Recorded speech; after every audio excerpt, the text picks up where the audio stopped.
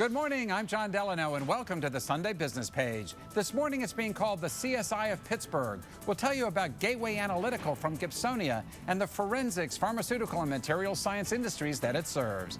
Then encouraging some of the best and brightest university graduates to stay here, become community leaders, and help to transform Pittsburgh.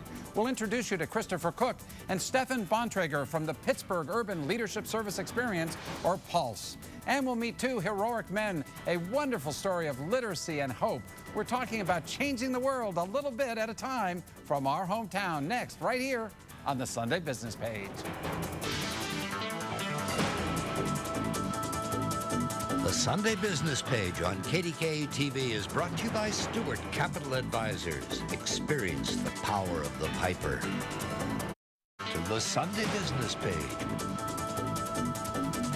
Pittsburgh is becoming more and more of an international city. Some of the immigrants who come to this city often have difficulty learning to speak English after they arrive here.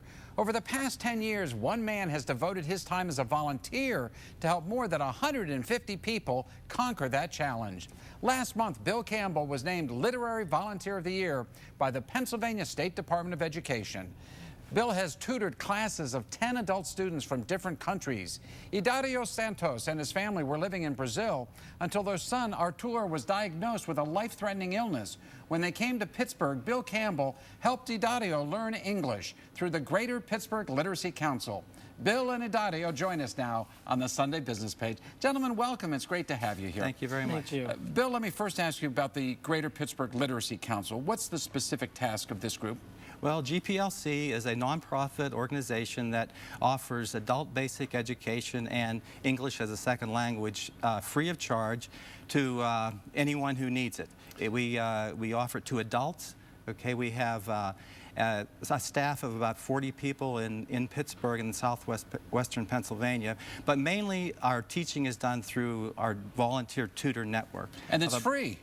And it's free, right? All you need to do is really sign up. How did you get involved in this? Well, 10 years ago when I was looking for a volunteer type activity, I decided to do something. I didn't know what I wanted to do. So I actually saw an ad in the Penny Saver for GPLC, a place where they advertise often, I guess, and I didn't know what ESL was. I am an ESL teacher. That's English as a second language. Right, English as a second language. And I followed up on it, was trained, and I just kind of dove into it.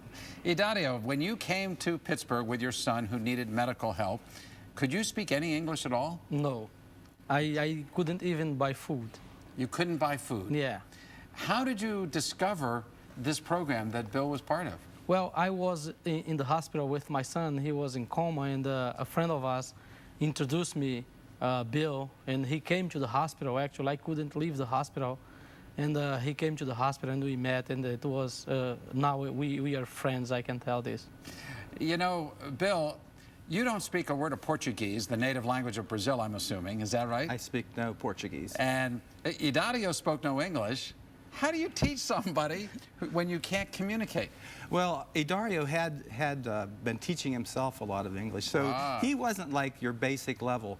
So I wasn't facing someone who didn't know a few words at least. But we worked together for several months, and actually we've been I was at first his tutor, and then we became friends, and now we're almost like brothers. It's become that much of a close relationship. Idario, are you here now in Pittsburgh? Yes, I'm established here. I'm working here now, and I couldn't do without English, of course. Of course. Now, I should ask you about your son. How's he doing? Oh, he is doing great now. He had a major surgery, couple surgeries actually. He had a liver transplant, and then he had legs surgery and other kind of surgeries related to his disease. But he's doing fine. Yeah, he's doing great now. Fantastic. Well, that's good to hear. Yeah. Now, are there others? You've taught people from other countries, from other language backgrounds? Exactly, right.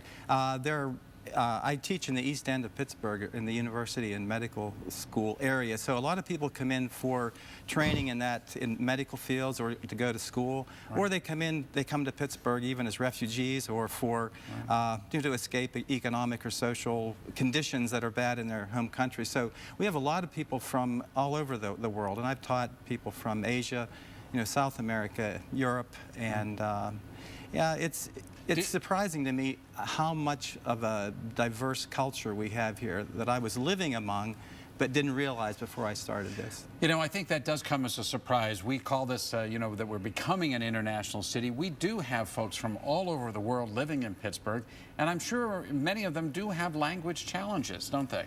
Yes, definitely. Have you found other Brazilians here? Well, the first time that I met a Brazilian, it was by accident. I met some. Now we have a couple friends here. Sometimes we gather together and we have some party, but it was not easy for me, really, leaving the hospital and know nobody and didn't know the language. It was not easy. Well, your English is very good, Idario. I appreciate it. You're writing a book. Yes, I'm writing a book about our journey, and since from Brazil, I started writing, and when I came here, my son got into coma, and it took a while. And then I had time now to write the book. Are you writing it in English or Portuguese? Well, our thoughts always come in our language. I wrote in Portuguese, and he is revising with me that he is doing a great job. I couldn't do it without him. Are you right? Is it in English? Because yes. He has translated it into English, and then I'm doing the editing right now. I think this is terrific. What a great story.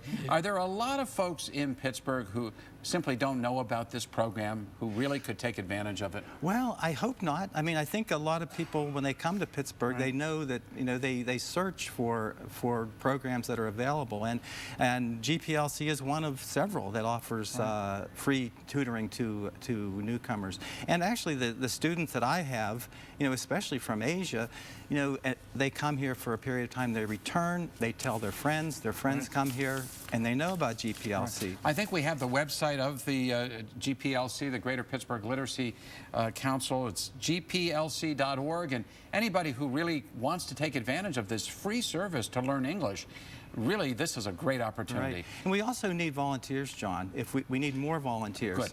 And the requirements to be a volunteer here are, I think, two. You need to speak English, and you need to want to do it. You know, that's wonderful. And Idario, we appreciate very much. Thank you very much. Welcome again. It's great to have you, Bill. Congratulations on the recognition. Thank you very much. My pleasure. This is a great program, folks. Help out, will you? We'll be back with a program note and more of the Sunday Business Page in just a few moments. Stick with us. The Sunday Business Page will be back in just a moment.